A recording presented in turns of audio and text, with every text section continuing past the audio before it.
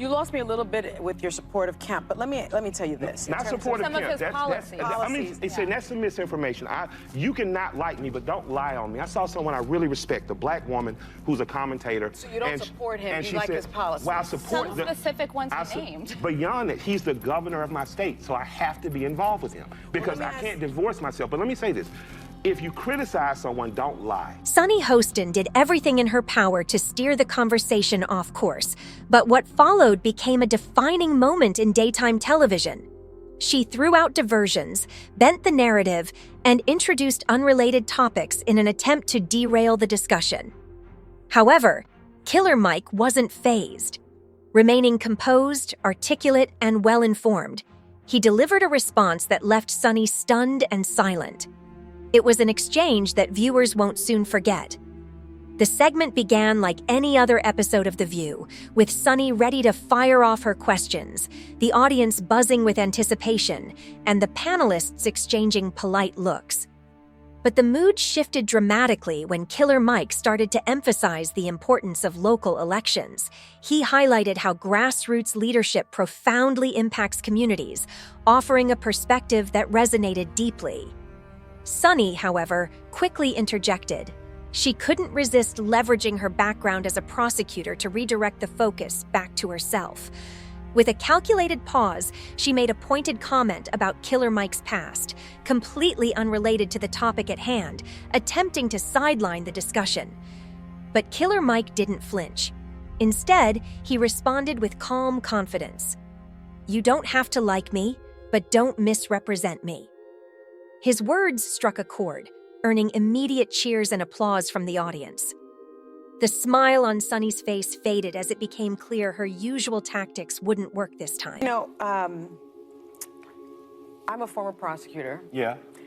And there were some other headlines that came out. And I was very upset about it. Yeah. Because it was unnecessary, and you don't do that on that special night. Yeah. Especially for what I read about. Yeah. So what I'm gonna ask you is, there was an incident at the Grammys. It led to you being taken out in handcuffs and arrested. That was wrong.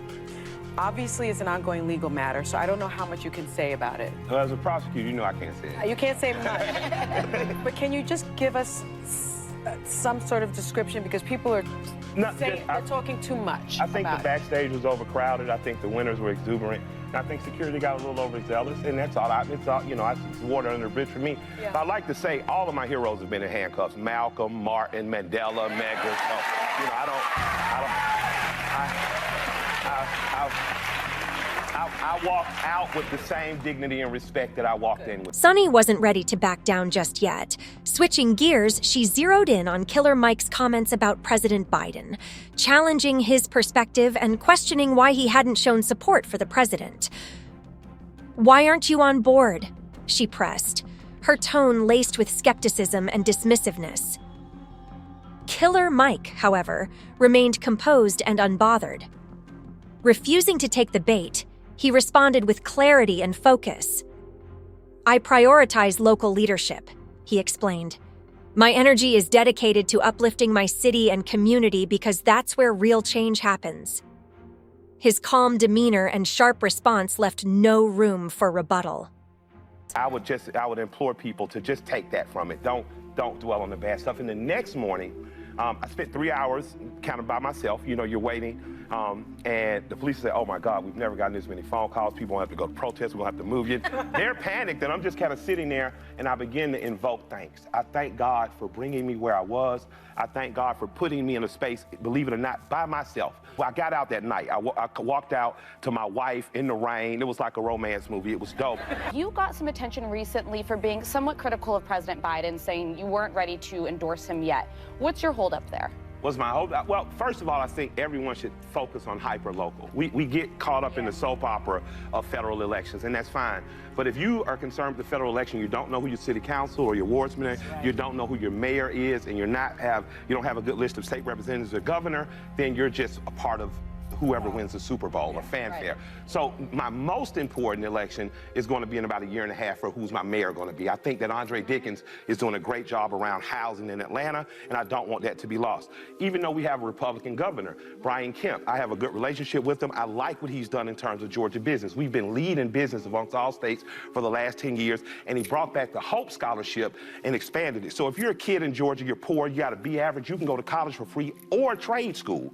In terms of nationally, I'm just kind of doing what my grandfather said, staying out of white folks' business and watching what happens. You know, I'm going to see what happens. If there's a candidate that pops up around September, October that needs a push that's really, in policy-wise, is good for us, going to jump up. But for right now, I just don't want to be involved in the soap opera because I'm much too concerned about what's going on in Atlanta on a hyper-local level. Sonny's irritation was impossible to miss as she kept cutting him off, twisting his statements, and trying to corner him into making an error. The tension in the room was palpable as her efforts to throw him off balance became more and more aggressive. Despite her relentless interruptions, Killer Mike stayed calm and steady. "Say what you want about me," he said with measured confidence, "but don't twist my words. Spreading false narratives helps no one." His response drew thunderous applause from the audience. In that moment, it became clear that Killer Mike wasn't just defending his views, he was giving a masterclass in having a constructive and truthful dialogue. You lost me a little bit with your support of Kemp, but let me tell you this. Not support of some of Kemp. his policies. I mean, that's some misinformation. You cannot like me, but don't lie on me. I saw someone I really respect, a black woman who's a commentator. So you don't support him, you like his policies. Well, I support Some specific ones he named. Beyond that, he's the governor of my state, so I have to be involved with him because I can't divorce myself. But let me say this. If you criticize someone, don't lie. Don't say I didn't support Abrams because I did. Don't say that I don't support Democrats because I've helped get 3 Democratic mayors elected. I've helped get 2 state representatives elected.